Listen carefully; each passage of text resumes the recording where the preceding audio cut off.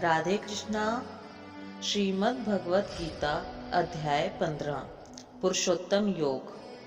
भगवान ने कहा जाता है कि एक शाश्वत अश्वत्थ वृक्ष है जिसकी जड़ें तो ऊपर की ओर हैं और शाखाएं नीचे की ओर तथा पत्तियां वैदिक स्रोत हैं। जो इस वृक्ष को जानता है वह वेदों का ज्ञाता है। इस वृक्ष की शाखाएं ऊपर तथा नीचे फैली हुई हैं और प्रकृति के 3 गुणों द्वारा पोषित हैं। इसकी टहनियां इंद्रिय विषय हैं। इस वृक्ष की जड़ें नीचे की ओर भी जाती हैं जो मानव समाज के सकाम कर्मों से बंधी हुई हैं। इस वृक्ष के वास्तविक स्वरूप का अनुभव इस जगत में नहीं किया जा सकता। कोई भी नहीं समझ सकता कि इसका आदि कहाँ है, अंत कहाँ है या इसका आधार कहाँ है। लेकिन मनुष्य को चाहिए कि इस दृढ़ मूल वाले वृक्ष को विरक्ति के शस्त्र से काट गिराए।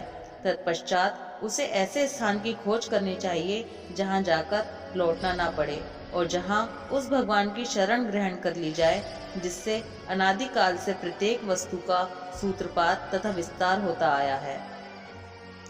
जो झूठी प्रतिष्ठा, मोह तथा कुसंगति से मुक्त हैं, जो शाश्वत तत्व को समझते हैं, जिन्होंने भौतिक काम को नष्ट कर दिया है, जो सुख तथा दुख के द्वंद्व से मुक्त हैं और जो मोह रहित होकर परम पुरुष के शरणागत होना जानते हैं, वे उस शाश्वत राज्य को प्राप्त होते हैं।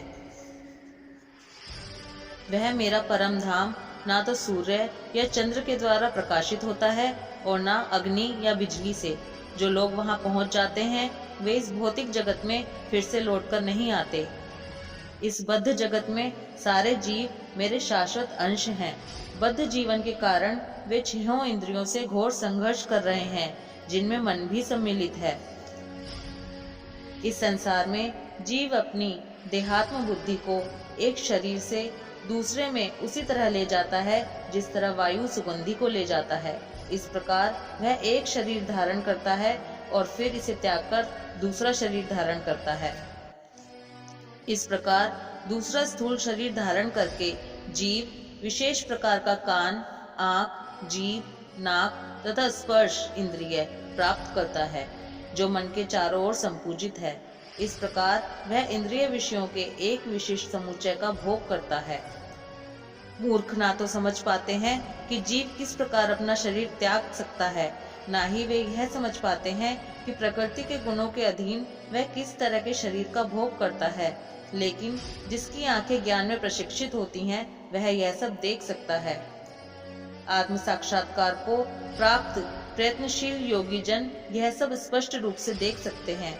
लेकिन जिनके मन विकसित नहीं है और जो आत्म साक्षात्कार को प्राप्त नहीं है वे प्रयत्न करके भी यह नहीं देख पाते कि क्या हो रहा है। सूर्य का तेज जो सारे विश्व के अंधकार को दूर करता है मुझसे ही निकलता है। चंद्रमा तथा अग्नि के तेज भी मुझ में उत्पन्न है। मैं प्रत्येक लोक में प्रवेश करता हूँ और मेरी शक्ति से सारे लोग अपनी कक्षा में स्थिर रहते हैं। मैं चंद्रमा बनकर समस्त वनस्पतियों को जीवन रस प्रदान करता हूँ। मैं समस्त जीवों के शरीर में पाचन अग्नि और मैं श्वास प्रश्वास में रहकर 4 प्रकार के अन्नों को पचाता हूँ। मैं प्रत्येक जीव के हृदय में आसीन हूँ और मुझसे ही स्मृति, ज्ञान तथा विस्मृति होती है। मैं ही वेदों के द्वारा जानने योग्य हूँ। निसंदेह मैं वेदांत का संकलन करता तथा समस्त वेदों का जानने वाला हूँ। जीव 2 प्रकार के होते हैं, च्युत तथा अच्युत। भौतिक जगत में प्रत्येक जीव च्युत होता है और आध्यात्मिक जगत में प्रत्येक जीव अच्युत कहलाता है। इन दोनों के अतिरिक्त एक परम पुरुष परमात्मा है जो साक्षात अविनाशी भगवान है और जो तीनों लोकों में प्रवेश करके उनका पालन कर रहा है। चूंकि मैं शर तथा अक्षर दोनों के परे हूँ और चूंकि मैं सर्वश्रेष्ठ हूँ, अतएव मैं इस जगत में तथा वेदों में परम पुरुष के रूप से विख्यात हूँ। जो कोई भी मुझे संशय रहित होकर पुरुषोत्तम भगवान के रूप में जानता है वह सब कुछ जानने वाला है। अतएव हे भरत पुत्र, वह व्यक्ति मेरी पूर्ण भक्ति में रत होता है। हे अनग, यह वैदिक शास्त्रों का सर्वाधिक गुप्त अंश है जिसे मैंने अब प्रकट किया है। जो कोई इसे समझता है वह बुद्धिमान हो जाएगा और उसके प्रयास पूर्ण होंगे।